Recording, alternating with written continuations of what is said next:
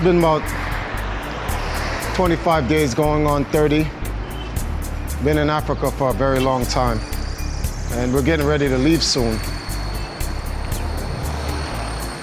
In that direction is Elmina. And for me, it's a very important day. Last year we went and I got a little glimpse of our history. This time I aim to go back and find out everything. We're going to find out why I'm African.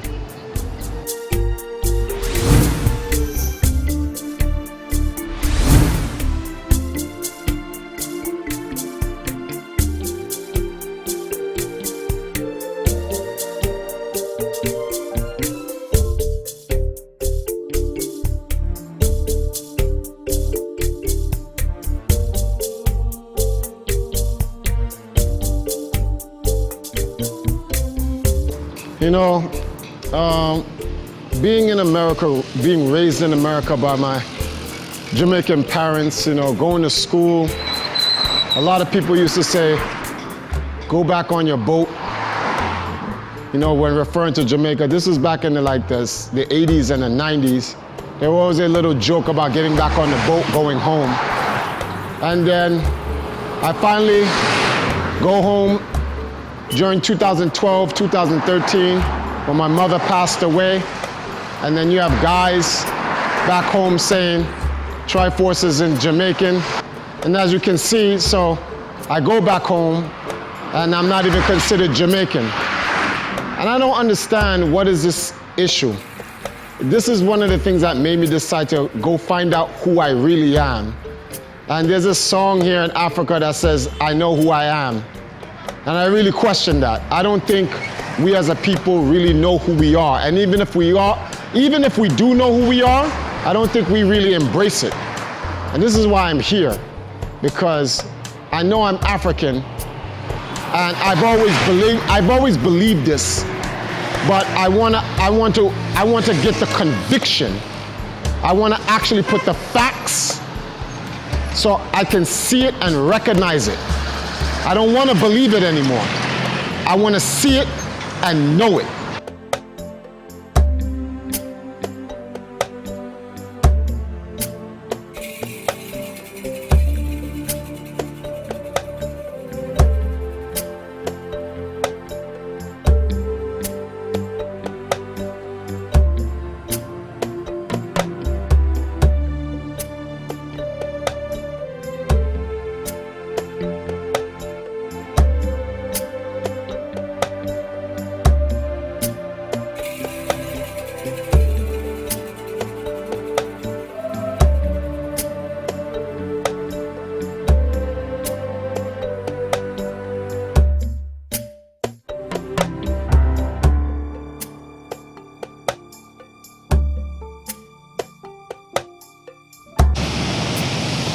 No.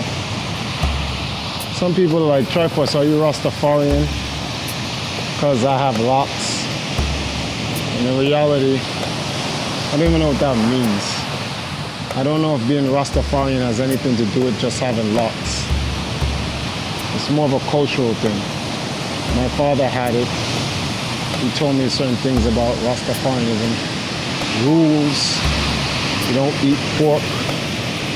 Got to keep yourself grooming. And there's a lot of songs my father used to listen to. And sitting here on this beach, the whole situation about Elmina just reminds me of this story he told me when I was listening to Bob Marley's music and the Redemption song music.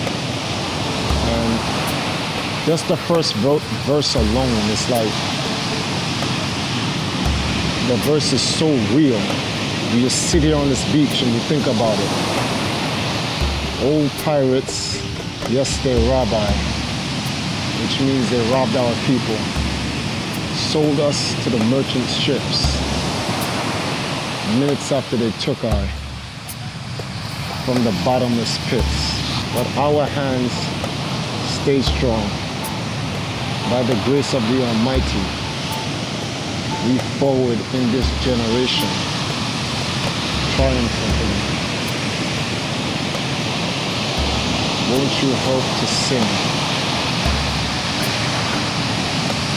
these songs of freedom.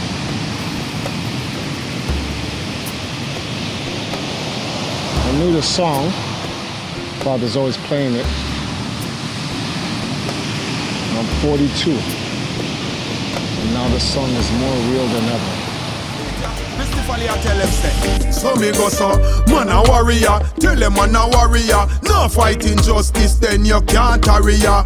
Hey man a warrior, but tell them man a warrior. Man a kick down all them fence and all them barrier. We go so. We're almost there. It's only a few more miles to Elmina. And when I hear the stories, they used to tell me that when you went through the doors of no return, you couldn't see anything. And I can see why they call it the doors of no return. I'm literally looking at the Atlantic Ocean. Back then, anyone who would actually leave this land and go into that ocean, there's no way to return from it. 500 years later, we've returned.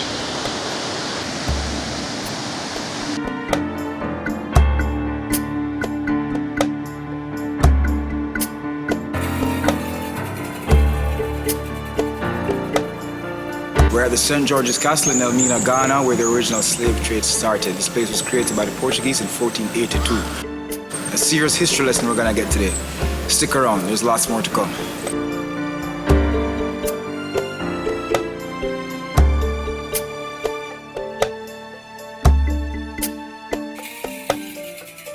It's time to find out, how did we really get from Africa to the West Indies? And who named it the West Indies? We'll learn all of that and more here in Elmina Castle. Let's go through the tour.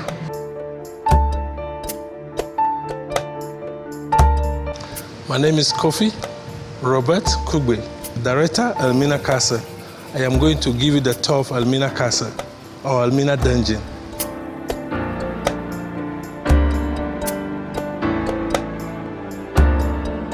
Damn. This is where our ancestors were.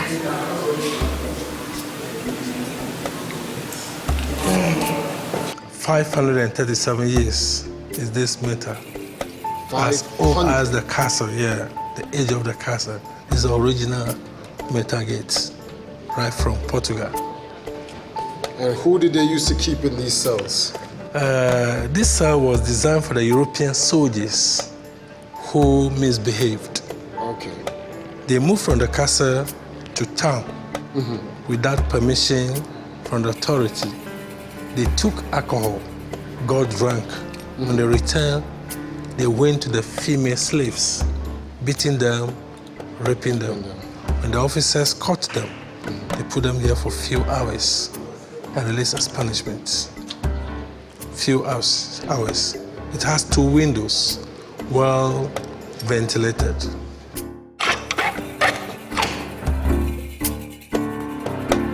We call it condemned cell. That's what that... Or dead cell, yeah, you can see the sign there. The skull and the crossbones, Portuguese put them there, danger. And you can see some holes on the gates. You see the holes on the gates? They were put here for the soldiers to look through and remove dead bodies, not necessary for ventilation. So the male captives who fought for their freedom, they call them notorious slaves. Notorious slaves, yeah. When they got them, they put them here. No food, no water. So all the slaves that fought back Yeah. were put in this cell. And you will never come back. And you know, oh, this Yeah. is where you die. Yeah. Starved to death. Yeah. And they pretty much. They- Now, this is the same. This is the same metal. 500 years. Yeah, as that one. Yeah. The wood This one has been changed over time. over time. And this is the original the metal has yeah. remained. Okay. They lifted the dead bodies, tied stones here, And then thrown cast them into the sea. ocean. Yeah. You know, there's a picture of stoned Africans like that they put at the bottom of the ocean and they're all chained. Is that in memory of this cell or the ones that jumped over the ship? Those jump over the ship. Yeah, this one, they threw them so that they will not come back ashore. They will sink, and the body will be decayed in the water. The bodies will not come ashore. So they tie stones here, throw into the sea. And those slaves came from Ghana here. Those captives, we call them captives, came from Ghana. There's a village here we call Cromante. Cromance. They are always fighting. So in Americas and the Caribbean, they call them Coromantun Negroes. The name Coromantun. Cromanta. Negroes. That name Cromance was derived from Coromantun, the Maroons. Yeah. The same Maroons from Jamaica. Yeah, those who fought for their freedom. Yeah. Coromantun Negroes. Very, very strong people. Always rebel. Yeah, they are actually the only people that fought in Jamaica and Haiti. People said they were stubborn. No. No, they Big weren't no. stubborn. They just didn't want They to be... fought for their freedom.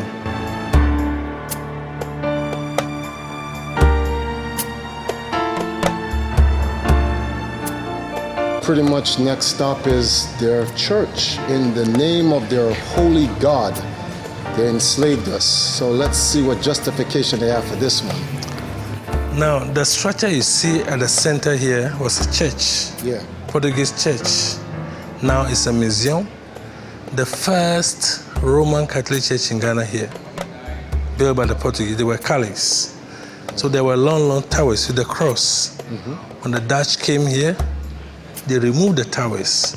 They put up a new church up there called Dutch Reformed Church. The Dutch Reformed Yeah, Church. and they said they were Protestants. So you have two big churches in the house. Now it's a museum. So let me get this straight, just out of curiosity. They build a fortress to capture people, enslave them, murder them if they rebel, and had the audacity to put a church. That's where the Bible landed. When the Dutch came here, they divided the structure into two. Yeah. They used the upper portion for their junior officers, soldiers. They were drinking and eating, enjoying there. The down as a slave trading hall, where they were buying, selling African captives. Now it's a museum. So a church had an auction house for buying slaves. The down floor, the top for officers' mess. Interesting. Let's check inside.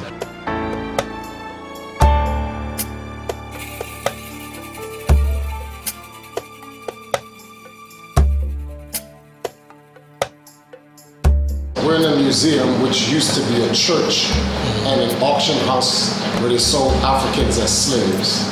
What's this picture about? The picture is an area view of Elmina Township. It's a fishing community. Okay. Yeah. There is a river here called River Benya. River Benya? Benya, it enters the sea here. So this place is a harbor. Elmina Fishing Harbor. Yeah. On top of the hill, you can see Fort St. Jago. And Jago means James. Built by the Dutch in 1665 for their soldiers to protect the castle. We call him Nana Akwesi Ajima Prempeh I, one of the Ashanti kings. He was arrested by the British soldiers in 1896, with two wives, the children, and the royal family. They brought them to Elmina Castle. There is a tower here, two towers. This king, the two wives, and the children were imprisoned in the left one. The family was in the right one.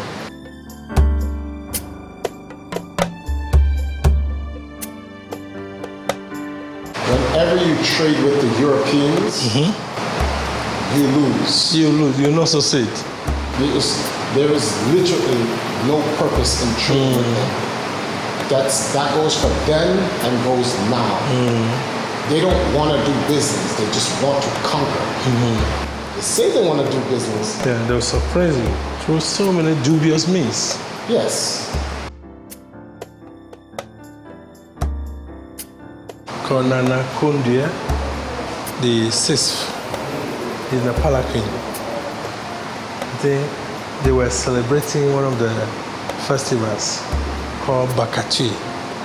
Yeah, that is a festival here called Bakatui. So in the park, you can see a lot of herbs around him as a protection. Anybody who try to tempt him will not succeed. This particular herb, I know it very well. I use it. If you have it, any bad spirit will not come closer to you. You can mix it in water, drink, use it to bath. Even when somebody shoots you, it will not go through you. This one. Yes, this herb. So wherever you go, all the chiefs in Africa, they carry this one on the neck and on the head. You shoot the head, it will not go.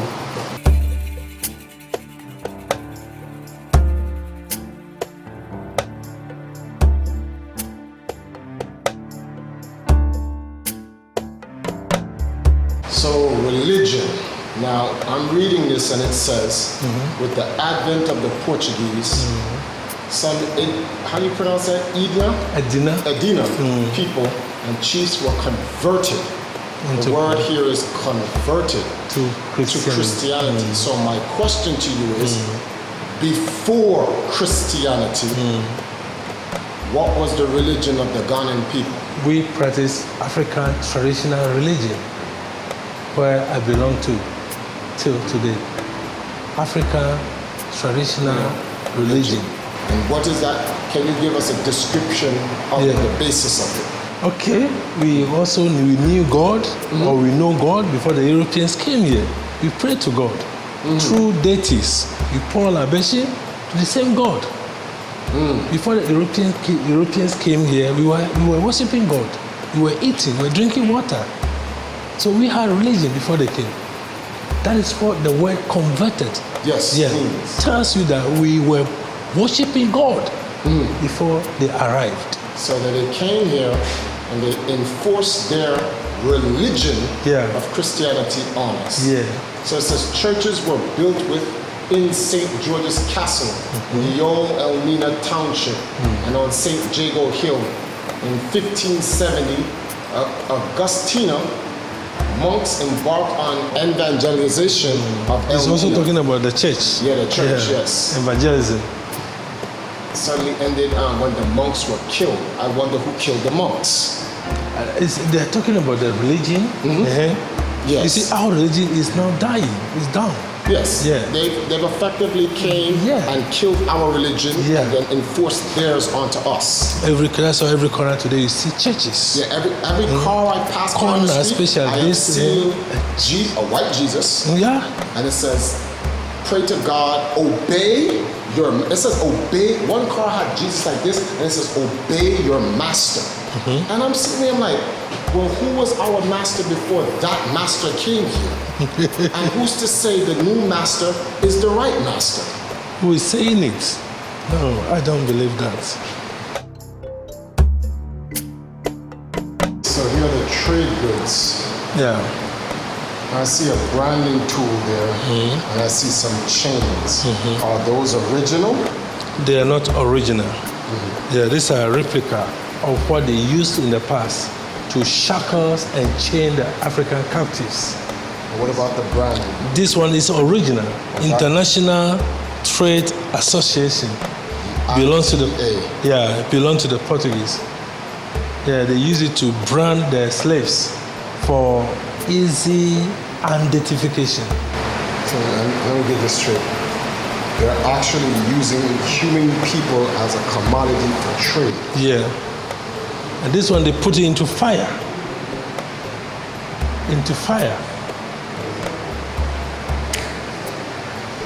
Branded the captives for identification. The Dutch, they use W. Letter W. Letter W.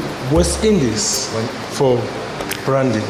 To let everyone know that this particular commodity is for the West Indies. Yeah. Go to Cape Coast, British, they use SA. Senegal Adventures for branding. SPG, the society, for branding.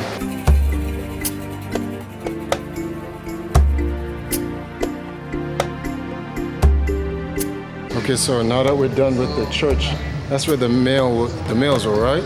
The men were here. The men were here. This courtyard. Okay. Apart from the two cells, you can see rooms around this way in the down floor. Yeah. 9 rooms were for the men, 600. The women, 400. Yeah. So we have done with the male dungeons. We are now going to the room of no return. From there to the female dungeons. Let's go see the room of no return.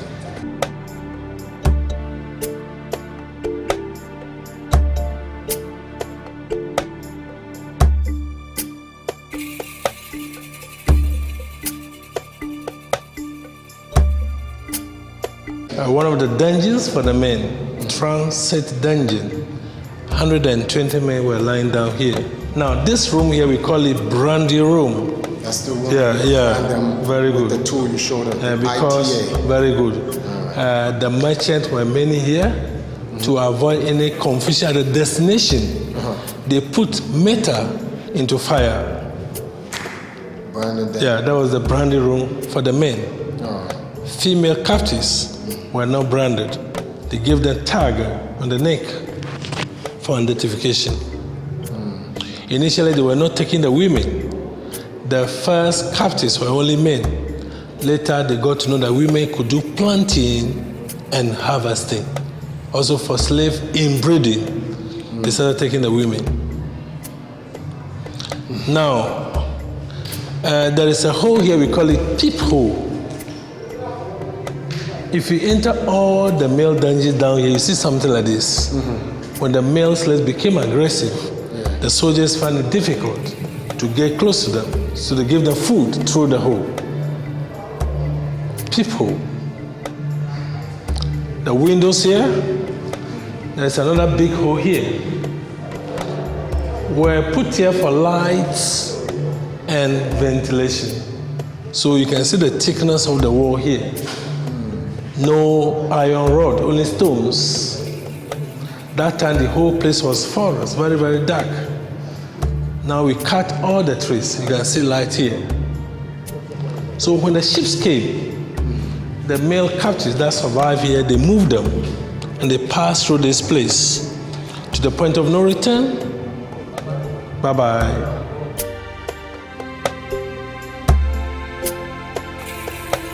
Now, this was where the women descended. You know, we have the female courtyard and the male courtyard. They were not together. They separated them. At first, we had steps. Now you can see drainage for the rain. British did this work. So if it rains now, you see the water going to the sea. So at the gate here, they allow the women to enter first before the men, so that the men could not get access to them in the ship. Everywhere they separated them. You go in there, you watch your head again. Here you count 5 before you raise your head.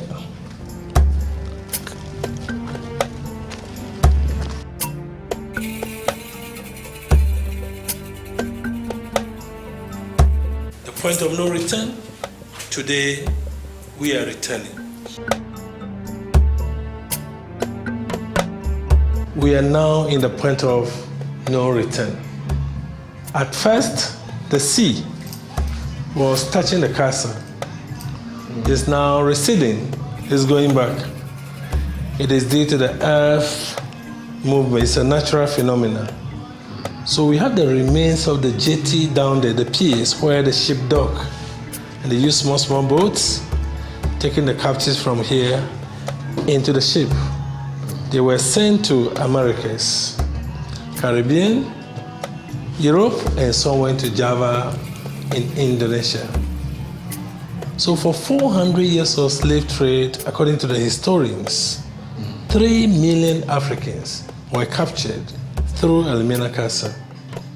2/3 died, and the 1/3 survived. And that's just one Elmina Castle alone. castle alone. Some died in the forest, some died here. When they were going, some also perished on the high seas. Now you can see reefs at the back. They were laid here by the visitors, especially African Americans. in the memory of our ancestors who died in the dangers. So that this kind of atrocity committed against humanity will never again be repeated. So remember, we were inside the church, which is now a museum. And we already stated that before Catholicism or Christianity came here, we had our own God. Now, I'm not judging, but I just have one question to ask. They conquered us in the name of Jesus, but we're saying rest in the Lord to the very same God that conquered us.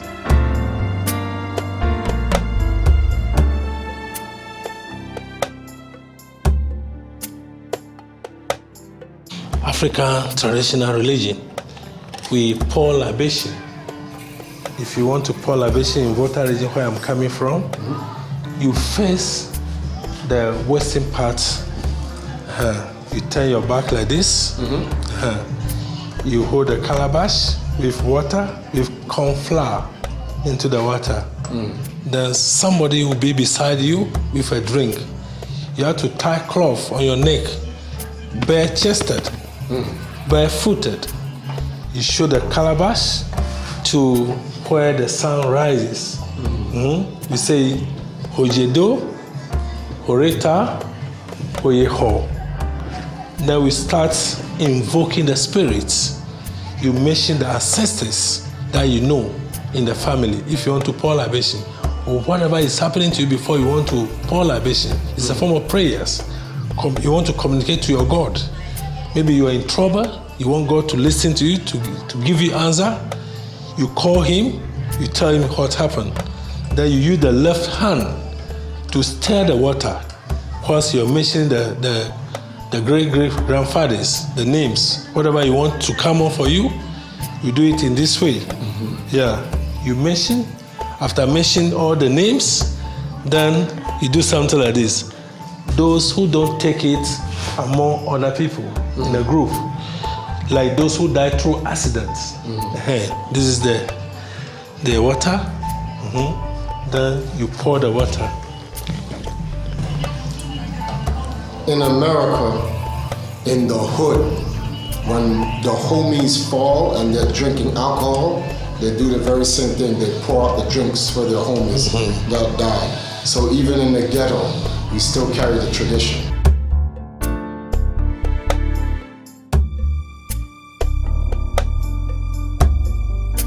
So the door of no return. This is where our ancestors passed through into the ship to the new world. The new world. Yeah. So they docked here and the ship sailed out that way. Yeah.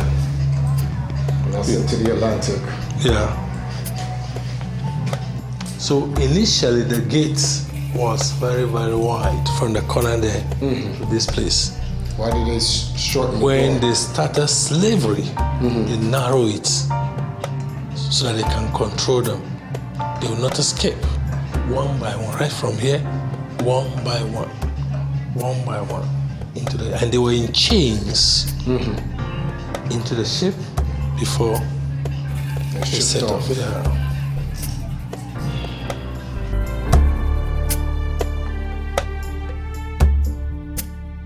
Yeah, the women were here, 400, the total number.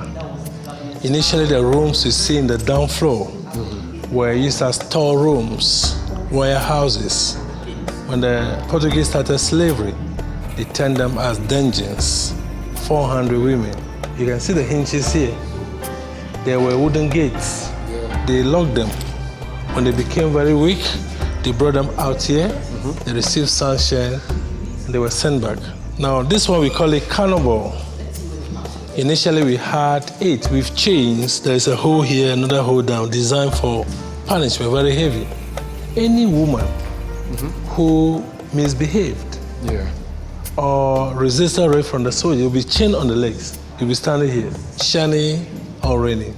No food for you, no water. Sometimes they asked them to live and they caned them. Now, at the center here, we have water. And this one is a reservoir. It covers the whole yard here underground.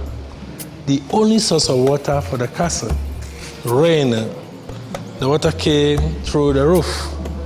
You can see 2 pipes on the wall. Down there they use stones, purify the water, transfer to this one. 20,000 gallons when it is full. If you fall in, you can come back. We still have water here. We use this plastic to trap the water for renovation. It is not potable. This one, if there is no water in town here, we allow our people to fetch for washing and bathing. It's fresh water. This was the largest one for the women, the largest female dungeon. 150 women were lying down here, 150. No toilet facility.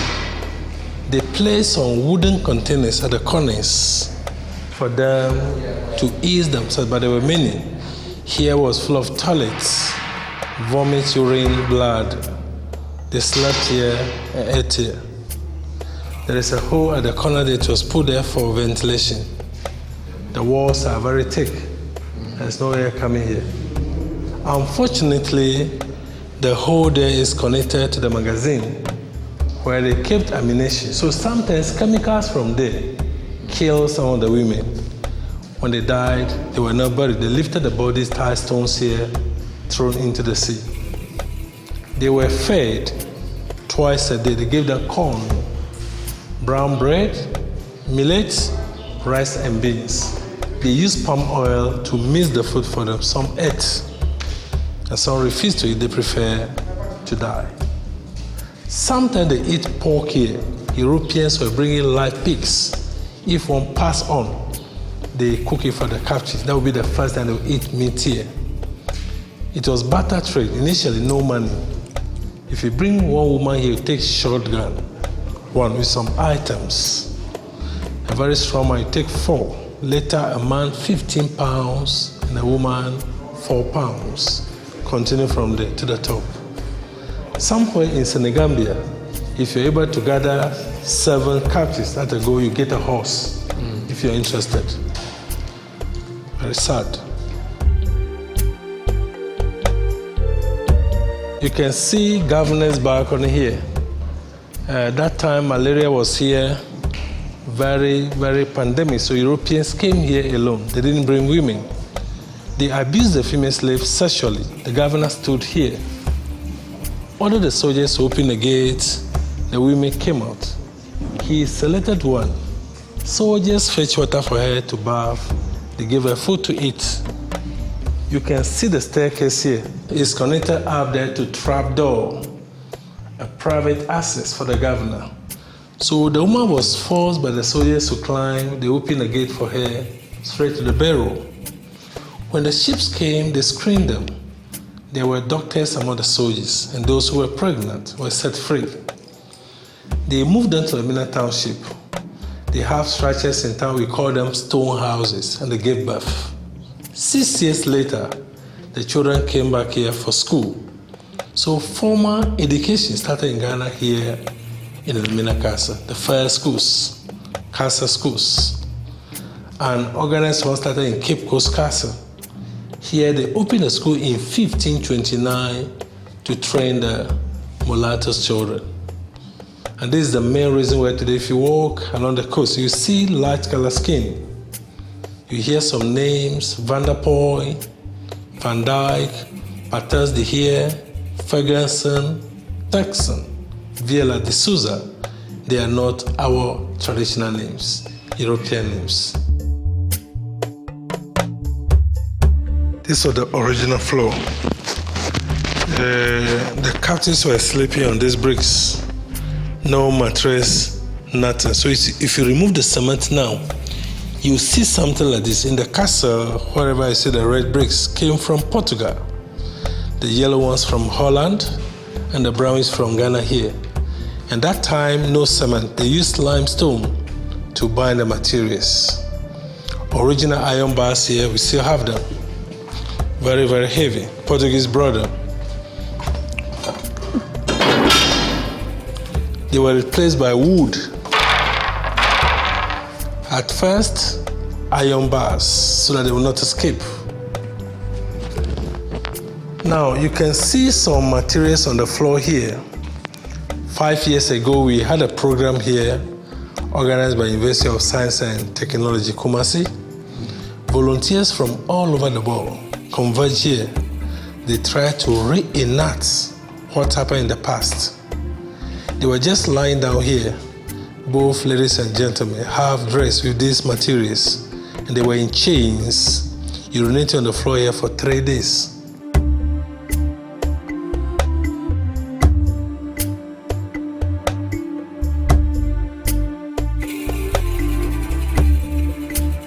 Now, the forts up there on top of the hill, Jago Fort, Elmina Castle, Osu Castle in Accra, or Christian Ball Castle in Accra, and the Cape Coast Castle 4, in 1979, had been designated as World Heritage Site by UNESCO. So there's a need for us to protect them for historical purposes. Yeah. Now, the story here is not being told to open old wounds, no. But as a lesson to mankind so that what happened in the past will never happen again. Yeah. Again, this is not the time to blame the whites or the blacks, but an opportunity for us to forgive so that we make the whole world a better place to live. I don't see the this everything that happened here. I don't take it I don't take it personal against anyone in today's time, but it does serve as a caution to the nature of the threat, that human beings can be like this. So that's how I use it as a lesson. Yeah. But on that note, I hope you guys really took a lesson from this about the history of humanity and how they built this new world. Take care of each other.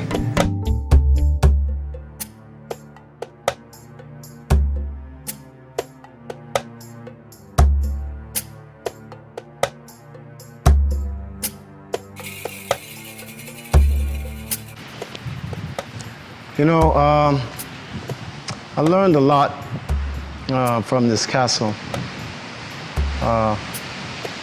Just want to talk to you guys out there a little bit. I can't speak for everybody, and I won't. In fact, I prefer to just speak for myself. You know, I always have this thing, people say, well, you're not Jamaican because I don't speak patois, nor do I have any of the Jamaican current cultural things that doesn't even make any sense, because a lot of the things you find in Jamaica is here in Ghana, so it's really Jamaican people being African. And talking to Kofi about where the Maroons came from, the whole concept of what we think Maroons are, it's so much history. It's like It's literally like the ocean you see behind you. The waves is crashing against the shore. That's the amount of information and knowledge and history all hit you at once. Most people get angry. They feel that they've been violated. Our culture's been violated, our people's been violated, and they have. But in this day and age, anger, that's not the answer. It's definitely not the answer. They say you should live your life, forgive but don't forget. That's not the answer either. The answer is to move forward. Time has mastered all of us. We will never be able to defeat time, not with the technology we have. It doesn't make a difference whether you forgive. It doesn't make a difference whether you forget or remember. None of that matters. What was done is done and can't be undone. But we can do something. We can do something about the future. This is not a black and white thing.